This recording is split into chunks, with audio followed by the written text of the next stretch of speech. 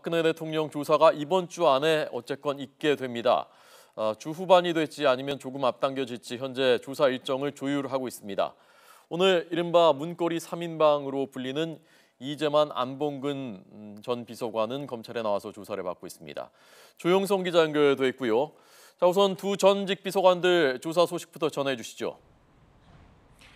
네, 안봉근 전 국정홍보비서관은 예정된 출석 시간인 오전 10시보다 30분쯤 일찍 이곳 검찰청사에 도착했습니다.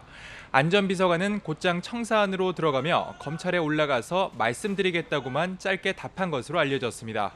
이어 이재만 전 총무비서관도 정장 차림으로 오전 10시 반쯤 검찰에 출석하면서 물어보는 사실에 대해 있는 그대로 성실히 답하겠다고만 한 뒤 안으로 들어갔습니다.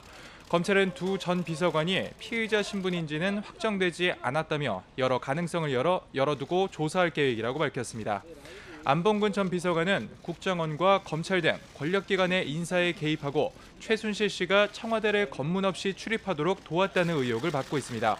또 이재만 전 비서관은 청와대 문서 관리를 책임지는 총무비서관이었던 만큼 이번 청와대 문건 유출 사태에 개입한 정황이 의심됩니다. 검찰은 청와대 문서 유출 경위와 함께 이 과정에서 박 대통령의 지시가 있었는지 등을 추궁할 방침입니다. 또 최순실 씨 주도로 청와대 업무를 논의한 것으로 알려진 논현동 비선회의에 두 사람이 참여했는지도 조사할 예정입니다. 이미 구속된 정호성 전 비서관과 함께 이른바 문고리 3인방으로 불린 이들은 박근혜 대통령이 지난 1998년 국회의원으로 정치에 입문한 때부터 20년 가까이 박 대통령을 보좌해왔습니다. 검찰은 이들을 상대로 이번 국정농단 사태에서 박근혜 대통령이 어떻게 관여했는지 등도 조사할 전망입니다. 네, 박근혜 대통령 조사 방식, 시기, 장소 다 관심사인데요. 어떤 얘기들 나오고 있습니까? 네, 대한민국 헌정사상 최초로 현직 대통령에 대한 검찰 조사가 코앞으로 다가왔습니다. 검찰은 이르면 내일, 늦어도 모레까지는 박근혜 대통령을 대면 조사하는 방안을 제시했습니다. 하지만 청와대는 대통령 일정과 변호인 선임 문제 등을 고려해 이번 주 후반쯤 조사받겠다는 뜻을 내비친 것으로 전해졌습니다. 현재 조율이 이뤄지고 있는데 박 대통령에 대한 조사 시기는 내일쯤 청와대 민정수석실이 결정할 예정입니다.